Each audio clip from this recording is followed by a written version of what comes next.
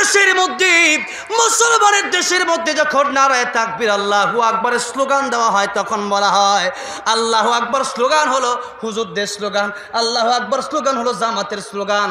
আমার ভাইরা মুরব্বী বাবাজিরা বলতে চায় আল্লাহু আকবারের স্লোগান কি কোনো আমাদের দলীয় স্লোগান না আমার আল্লাহর স্লোগান? যেরকম কার স্লোগান?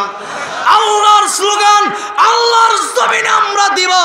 আল্লাহর স্লোগান দিতে যারা বাধা দিবে এর জিহ্বা টেনে ছিঁড়া হবে, তথাপি তার কথা আমরা মানতে পারি না।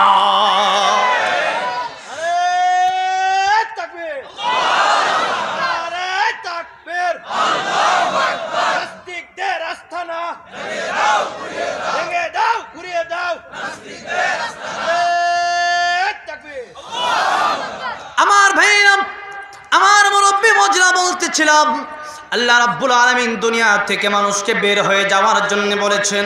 তামাম পৃথিবী ছেড়ে দুনিয়া থেকে আমাদের বের হয়ে যাওয়ার কোনো জায়গা নাই। এই জন্য আল্লাহ রাব্বুল আলামিন বলেন